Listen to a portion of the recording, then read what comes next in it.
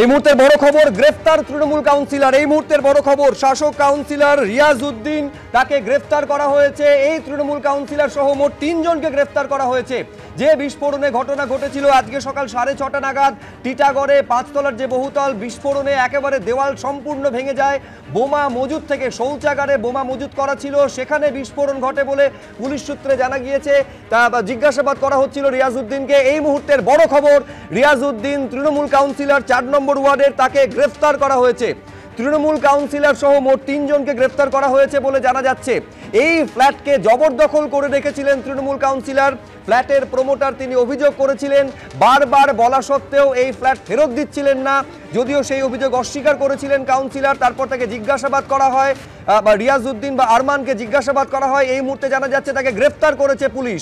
বিস্ফোরণের ঘটনায় তৃণমূল কাউন্সিলর সহ মোট 3 জনকে পুলিশ গ্রেফতার করেছে বলে জানা যাচ্ছে। সব থেকে বড় প্রশ্ন হচ্ছে, এই বিপুল পরিমাণে বোমা, এতটা যার হচ্ছে তীব্রতা, সেইটা এলো কিভাবে, সেটা মজুত করলো কে, কিভাবে সেই বোমা সেখানে রাখলো কে, এইটা সব থেকে বড় প্রশ্ন। নিঃসন্দেহে তার উত্তর খোঁজা হবে। তৃণমূল কাউন্সিলরকে গ্রেফতার করেছে পুলিশ। সমীরনের সঙ্গে কথা বলবো। সমীরন পাল আমাদের প্রতিনিধি, আরো আপডেট দেবেন। সমীরন। হ্যাঁ দেখো, সুপ্রজিত, জানা যাচ্ছে যে টিটাগড় পুরসভার 4 নম্বর ওয়ার্ডের তৃণমূল কাউন্সিলর মোহাম্মদ রিয়াজ উদ্দিন ওরফে আরমান মণ্ডল এবং আরশাদ খান এবং মোহাম্মদ শাহরুখ, এই 3 জনকে গ্রেপ্তার করা হয়েছে এবং তাদেরকে আগামীকাল ব্যারাকপুর মহকুমা আদালতে পেশ করা হবে। এবং বেশ কিছুক্ষণ আগে যে বহুতলে আজকে সকাল 4:30 নাগাদ বিস্ফোরণ হয়, সেই বিস্ফোরণের ঘটনার পর প্রমোটারের পক্ষ থেকে টিটাগড় থানায় একটি লিখিত অভিযোগ দায়ের করা হয়েছিল যে 5 তলার যে ফ্ল্যাটে বিস্ফোরণের ঘটনা ঘটেছে, সেই ফ্ল্যাটটি টিটাগড় পুরসভার 4 নম্বর ওয়ার্ডের তৃণমূল কাউন্সিলর মোহাম্মদ রিয়াজ উদ্দিন তিনি দখল করে রেখেছিলেন 2022 সালে পুরসভা নির্বাচনের সময় থেকে। এবং বারবার তাকে বলা সত্ত্বেও তিনি এই ফ্ল্যাটটি হস্তান্তর করছিলেন না। এই ফ্ল্যাটের মধ্যেই বিস্ফোরণ ঘটে এবং পুলিশ সূত্রে যেতে জানা যায় যে ফ্ল্যাটের শৌচাগারে বোমা মজুদ থাকতে পারে, তা থেকেই বিস্ফোরণের ঘটনা ঘটতে পারে।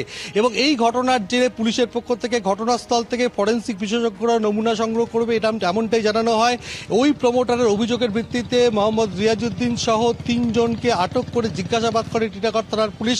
কিছুক্ষণ আগেই 3 জনকে গ্রেপ্তার করা হয়েছে। অর্থাৎ যে ঘনজনবসতিপূর্ণ এলাকা টিটাগড়ের বাঁশবাগান, সেখানে 5 তলা যে ফ্ল্যাট, সেই 5 তলার ফ্ল্যাটে 4 তলাতেই থাকতো 4 নম্বর ওয়ার্ডের তৃণমূল কাউন্সিলর মোহাম্মদ রিয়াজ উদ্দিন।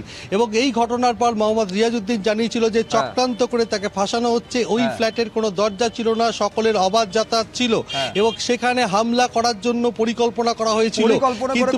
কিন্তু পুলিশের প্রাথমিক তদন্তে একেবারে কি ভূমিকা আছে, আগামীকাল আদালতে তোলা হবে। নিজেদের হেফাজতে যাওয়া হয় কিনা অবশ্যই সেদিকে নজর থাকবে। এই বিস্ফোরণে কাউন্সিলরের কি ভূমিকা, নিঃসন্দেহে তাও খুঁজে বের করার চেষ্টা করবে পুলিশ।